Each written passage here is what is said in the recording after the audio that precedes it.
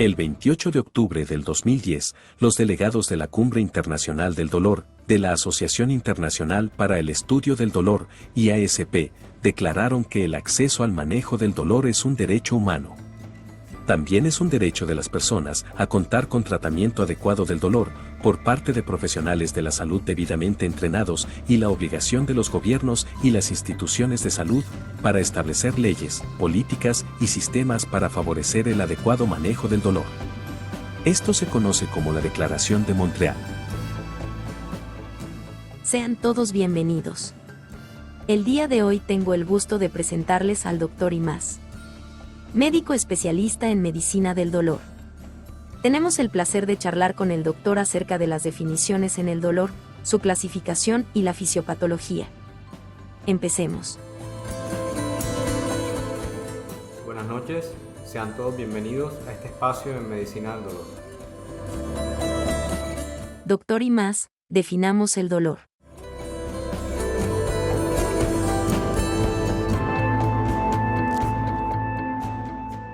Bueno, queremos empezar este tema de medicina del dolor pues definiendo el dolor. El dolor es una experiencia subjetiva, es emocional y tiene impacto en esferas social, laboral, familiar, emocional, del sueño, adicional a todo el impacto que se ve en los órganos y sistemas a nivel fisiológico. Entonces vemos que el dolor es una entidad compleja, que impacta múltiples esferas de la vida, que tiene un potencial generador del daño o un generador de daño. En esas dos posibilidades cabe en la definición que, como sabemos, la IASP ha venido actualizando, la última hace escasos ya 2 años, y en el cual pues ellos aclaran que siempre debe haber un impacto social, emocional, laboral, cognitivo, fisiológico.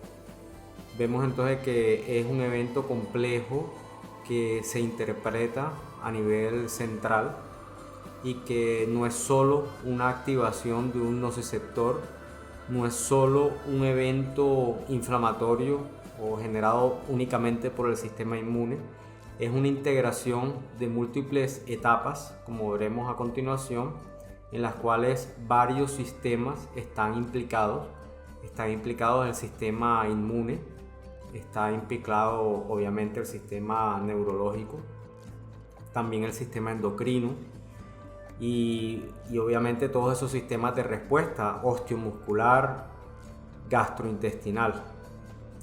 Pensemos en el paciente que le duele y que le duele en forma crónica por más de 3 meses, en el cual no duerme, se le eleva la tensión arterial, se le elevan los niveles de hormonas estresantes, de glucosa.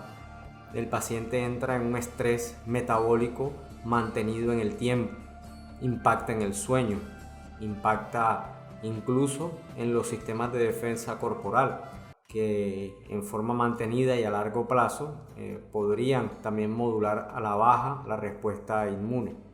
Vemos entonces que hay un conjunto de situaciones que desencadenan el dolor. Entonces recordar, el dolor es una experiencia emocional y subjetiva.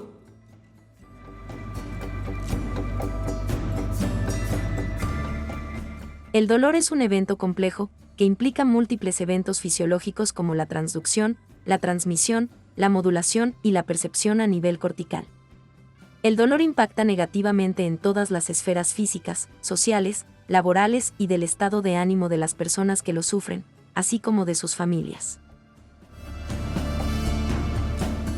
Dr. Imaz, ¿cómo se clasifica el dolor?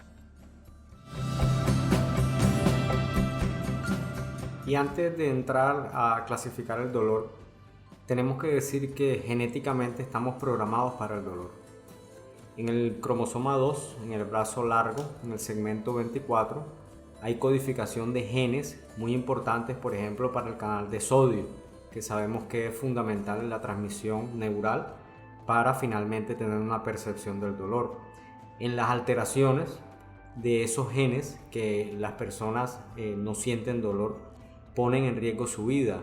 Piensen en los faquires. Recientemente la revista Nature sacó un tema sobre ellos, ¿no? Que todos morían a edad temprana, no sentían dolor, tragaban botellas, tragaban vidrios, dormían sobre camas de clavos, etc.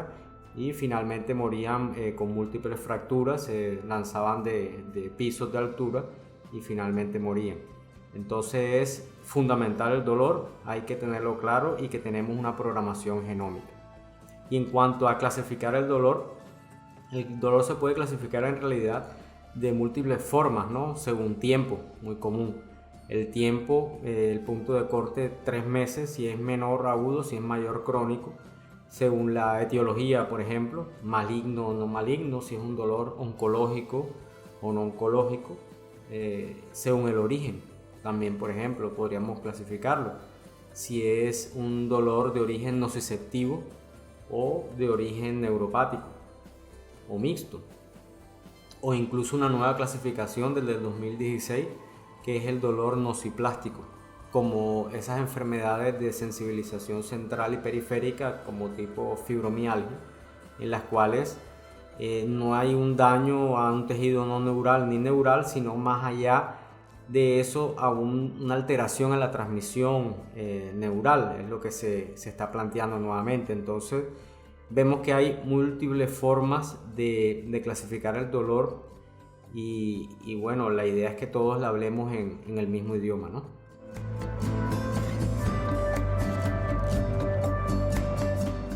Encuentro de mucha utilidad esta información. Y otra forma también de clasificarlo a través del CIE-11, la nueva clasificación, el dolor entró a formar subgrupos en 7 unidades, en la cual el postraumático postquirúrgico lo englobaron en uno solo, el oncológico, el primario, etc. Tenemos unas clasificaciones muy interesantes que nos permiten hacer grupos de trabajo, tener núcleos de trabajo para seguir investigando acerca de estas clasificaciones y subclasificaciones.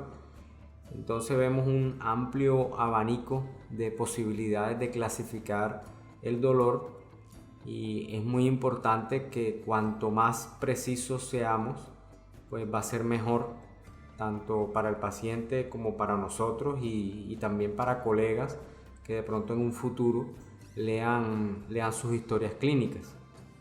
Muy importante también, por lo menos a mí me gusta, colocar en el análisis qué te lleva a pensar en ese diagnóstico, por ejemplo, etiológico del dolor, por lo menos un dolor neuropático.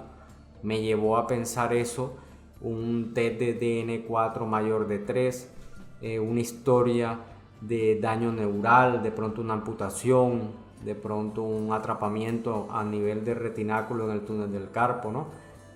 Un tinel positivo. Vemos un conjunto de signos, síntomas y de pronto hasta paraclínicos que nos puedan en el análisis uno llegar a inferir el tipo de dolor y su clasificación. Doctor, y más. ¿Hay etapas para generar el dolor a nivel del sistema nervioso? El dolor, sabemos que es un evento complejo. El dolor es un evento que implica múltiples etapas en el sistema neural, inmune, endocrino, etcétera, como antes lo habíamos mencionado. El dolor tiene de pronto etapas iniciales, que es la transducción de un estímulo que llega a la piel en forma de energía mecánica de alto umbral, activa y transcribe hacia pues, estímulos eléctricos esa señal. Luego hay una transducción, una transmisión, una modulación del dolor y una percepción finalmente. Entonces vemos que, por ejemplo, etapas de modulación pueden ocurrir a varios niveles. Trabajemos aquí este caso clínico, en lo cual es un accidente de alto impacto con múltiples fracturas costales, esternales, etc. Y en el cual van a generar múltiples problemas al paciente, luego lo veremos. El dolor también es una epidemia a nivel mundial. El dolor a nivel crónico, más allá de 3 meses, lo presentan entre 10 a 20% de la población adulta. Eso de 10 cada 3 personas es una alta cifra y se traduce en altos costos. Costos directos e indirectos, tanto de la propia enfermedad como el dolor que se genera, como los tratamientos y los costos indirectos de pronto discapacidad, absentismo laboral, visitas a la urgencia constantes, frecuentes, etc. Doctor y más. Explíquenos cómo es el dolor en la periferia. Hablemos del dolor en la periferia. Ya hay bastante conocimiento de múltiples receptores que responden a diferentes estímulos mecánicos, físicos, químicos, etc.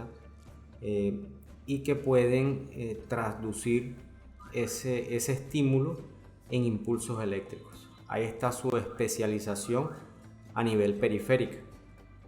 Pensemos en el caso clínico. En el caso clínico, esa amputación, ese dolor de miembro fantasma, ese dolor del muñón, sobre todo en áreas corticales de alta representación, por ejemplo manos, es muy significativo ese dolor de miembro fantasma, por ejemplo, y también pensemos en los tubos de tórax, todo ese trauma que se genera.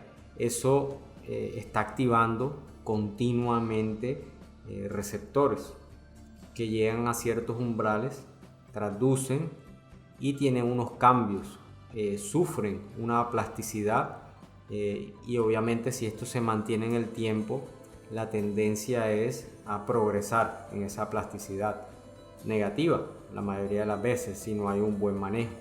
Entonces, impactar en estas etapas iniciales, por ejemplo en estos traumas, en estos accidentes, en estas heridas tan profundas, impactar en forma temprana para un manejo óptimo, interdisciplinario, y modular toda esta expresión y sobreexpresión cuando haya plasticidad de estos canales y receptores, para que la tasa o la prevalencia del dolor crónico pueda a lo largo del tiempo disminuir.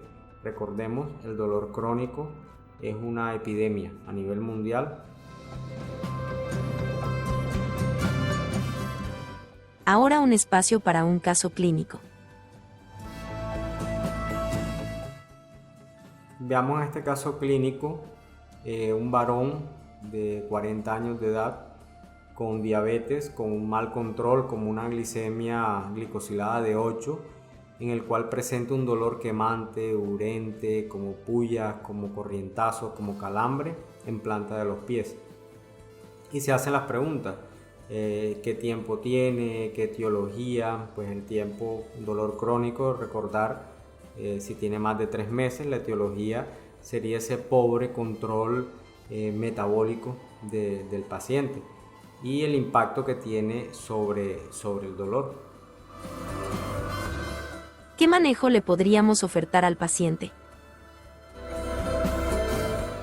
En cuanto al tratamiento que se podría ofertar para estos pacientes, pues generalmente la recomendación frente a este dolor neuropático o polineuropático diabético debiera ser con un enfoque interdisciplinario, multimodal, y abordando todas esas esferas de la vida en las cuales el dolor estaría impactando en el paciente y su núcleo familiar. Doctor y más. ¿Hay más para hablar del dolor en la periferia? Y seguimos en la periferia. Recordemos, aquí hay una integración muy importante del sistema inmune. El sistema inmune con todas sus células, con todos esos mediadores, esas citoquinas, esos interferones, esas múltiples sustancias de comunicación entre células neurales, inmunes, endocrinas, etc. Aquí es muy importante esta función en estos sistemas porque pueden modular al alza o a la baja todo lo que es la sensibilización periférica. Toda esa sobreexpresión cuando existe la sensibilización, por ejemplo, de receptores, y hacer más proclive hacia una activación con estímulos de menor umbral que el inicial.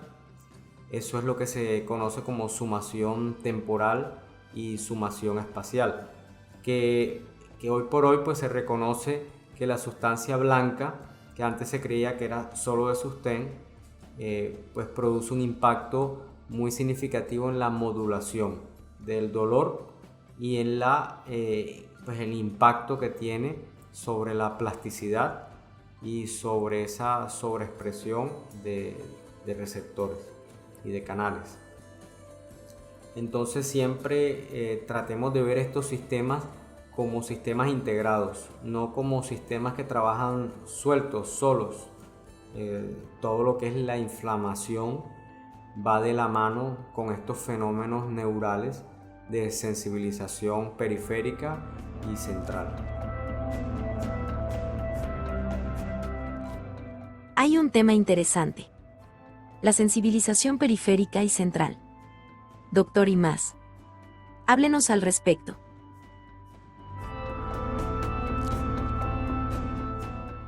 Y hablando de la sensibilización central, aquí toman relevancia unos receptores que usualmente están silentes.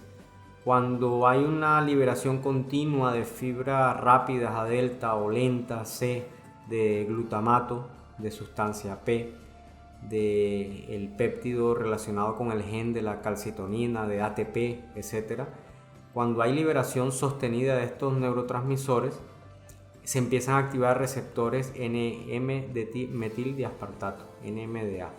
Estos receptores, pues que normalmente están silentes, empiezan a sobreactivarse, a sobreexpresarse y aumentan el calcio intracelular y producen una activación de toda esa cascada de las quinasas, en la cual en la neurona que está ubicado este receptor, en la neurona postsináptica, el output definitivo va a ser un incremento en su sensibilización y en su activación. También hay unas neuronas que inhiben, que son pues parte también de la sustancia blanca, y que son interneuronas que también podrían inhibir continuamente liberando GABA y atenuando esa activación de las neuronas de la lámina 1. Cuando hay esta modulación de los receptores NMDA, pues esta inhibición se va perdiendo, se va atenuando, y también es un evento alternante que genera mayor estimulación y obviamente pues la microglía contribuye con toda esa sopa de neurotransmisores excitadores que se estarían liberando en el proceso.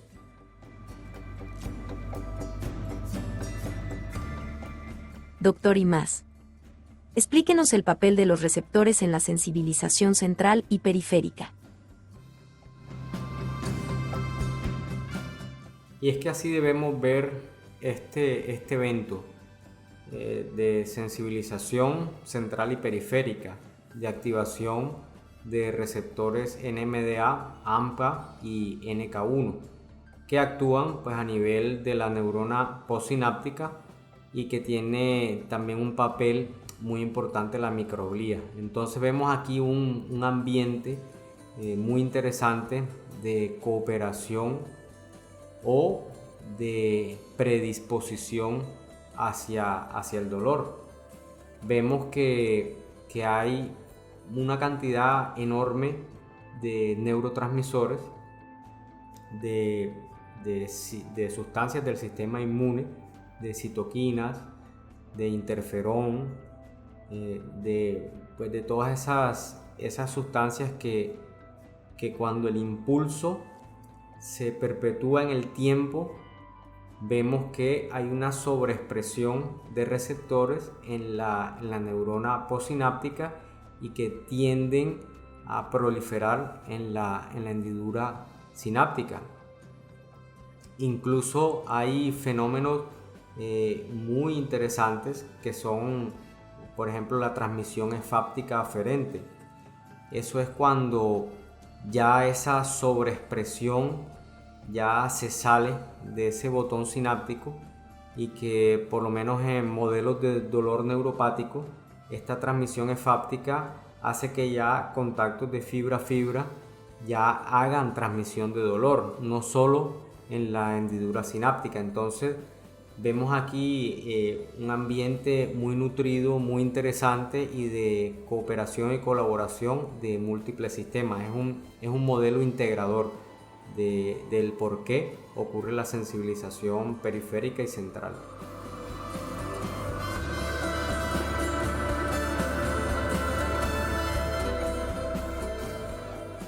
Doctor, y más. ¿Qué es la inflamación neurógena?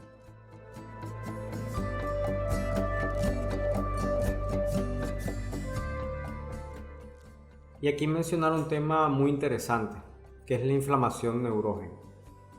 Aquí, como hemos venido hablando, hay colaboración de varios sistemas.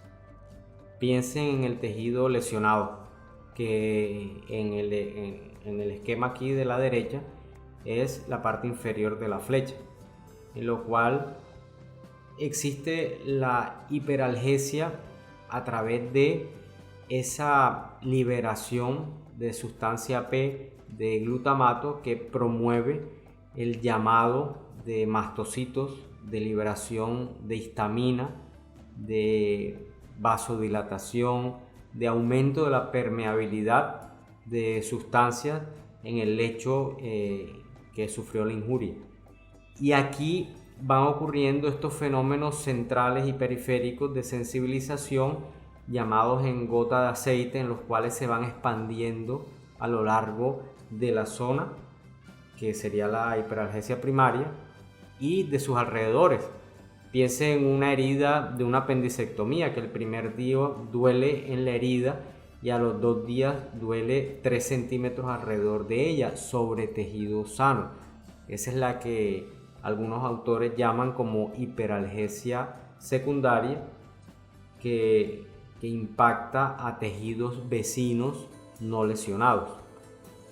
Podríamos decir que también son mecanismos de autoprotección para tratar de dejar ahí tranquilita y que se mejore y se cure esa herida de la apendicectomía. Vemos que múltiples sistemas están produciendo estos eventos fisiológicos que son la hiperalgesia primaria y la secundaria.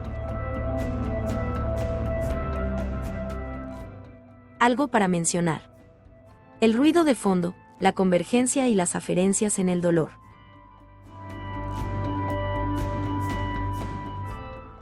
El fenómeno de ruido de fondo.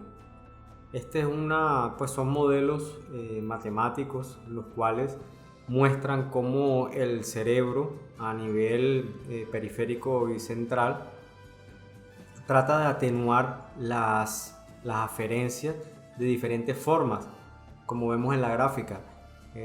Pues si hay aumento del ruido en una zona, él puede hacer que o ese ruido se baje el volumen, o que las neuronas que están alrededor en su representación cortical y periférica también puedan aumentar su volumen. Entonces vemos que hay una doble forma de ese ruido de fondo, eliminarlo o aumentarlo según como el sistema nervioso central y periférico pues desee modular o amplificar esa señal. También el fenómeno de convergencia, que lo hablamos antes, en los cuales diferentes neuronas e interneuronas a nivel medular, periférico y central pueden confluir y converger para hacer esas zonas de hiperalgesia primaria y aumentar en gota de aceite hacia zonas de hiperalgesia secundaria. Y otro fenómeno muy interesante también es que las aferencias medulares pues van a múltiples niveles. Una fibra no entra a un único foramen y ya, sino que a nivel medular asciende y desciende varios niveles. O sea que vemos una complejidad en esas aferencias en los cuales es el resultado de, podríamos hablar de dolores superpuestos o dolores irradiados. También podrían ser las causas y los responsables por esa distribución en las láminas medulares de Rexet. Ya para cerrar esta charla, doctor Imaz, díganos su opinión acerca del dolor y su fisiopatología. Vemos una integración ya macro de todo el esquema, en los cuales hay diferentes vías ascendentes y descendentes moduladoras, que unas tienen un origen filogenético más antiguas que otras, que gran parte de las vías de dolor se van a hacer en áreas de relevo, van a hacer interconexiones, por ejemplo la formación reticular, responsable de la vigilia, del sueño, de la atención, en todo ese sistema límbico, en ese sistema talámico, en el cual sabemos que hay emociones, hay recuerdos, hay sensaciones, es nuestro sistema nervioso primitivo de alerta, que vemos, por ejemplo, como el sistema de reflejo vegetativo de Livingston, que neuronas de las astas posteriores pueden activar a neuronas pre y postganglionares de la cadena simpática y producir síntomas vegetativos como respuesta al dolor. Es muy importante, piensen en pacientes ancianos con una reserva metabólica bastante deteriorada, que es sometido a una injuria dolorosa, que no se maneja bien el dolor y que produce ese reflejo vegetativo de taquicardia, hipertensión, hiperglicemia, etc. Y el paciente pues puede no soportarlo, puede ser incluso mortal o desencadenar un daño a un órgano y sistema en forma parcial o permanente. Esto es muy serio, esto es muy grave. Lo sabemos mucho los que hemos hecho anestesiología, que vemos que cuando el cirujano incide la piel con el bisturí, debemos tener previo, calculando las vidas medias, la farmacología, farmacocinética, farmacodinamia, por ejemplo de los opioides, para anticipar esa activación de esas vías ascendentes de dolor y que no se nos refleje en el monitor una hipertensión o una taquicardia que pueda desencadenar en una arritmia incluso maligna.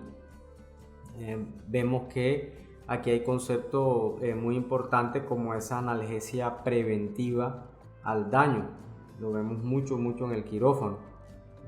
Yo puedo usar técnicas regionales y poner a dormir ciertas vías de dolor en ciertos sitios del cuerpo, incluso colocarle catéteres, y cuando se va a hacer, por ejemplo, una curación, por ejemplo, un cambio de postura dolorosa en un paciente politraumatizado o encamado, yo puedo, según la farmacología del fármaco, pues anticipar eso, colocar a través de mi técnica regional y modular el dolor.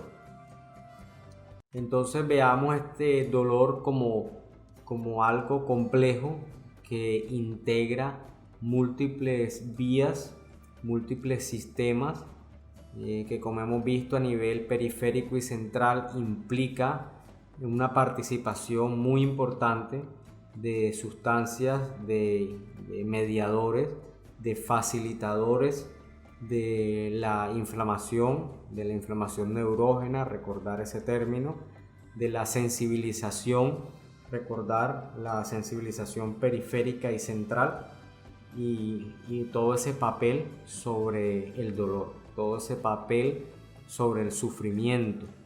Como al inicio hablamos, ese impacto sobre las diferentes áreas del paciente, de su entorno, de su vida familiar, social, laboral, y que como médicos, como sanitarios, debemos conocerlo y reconocerlo.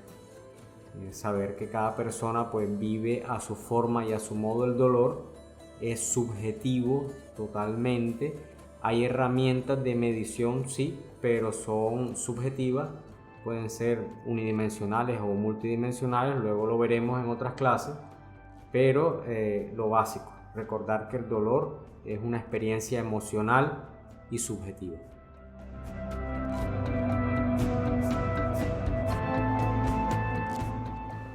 Agradecer a todos su atención, espero haya sido de su agrado esta presentación.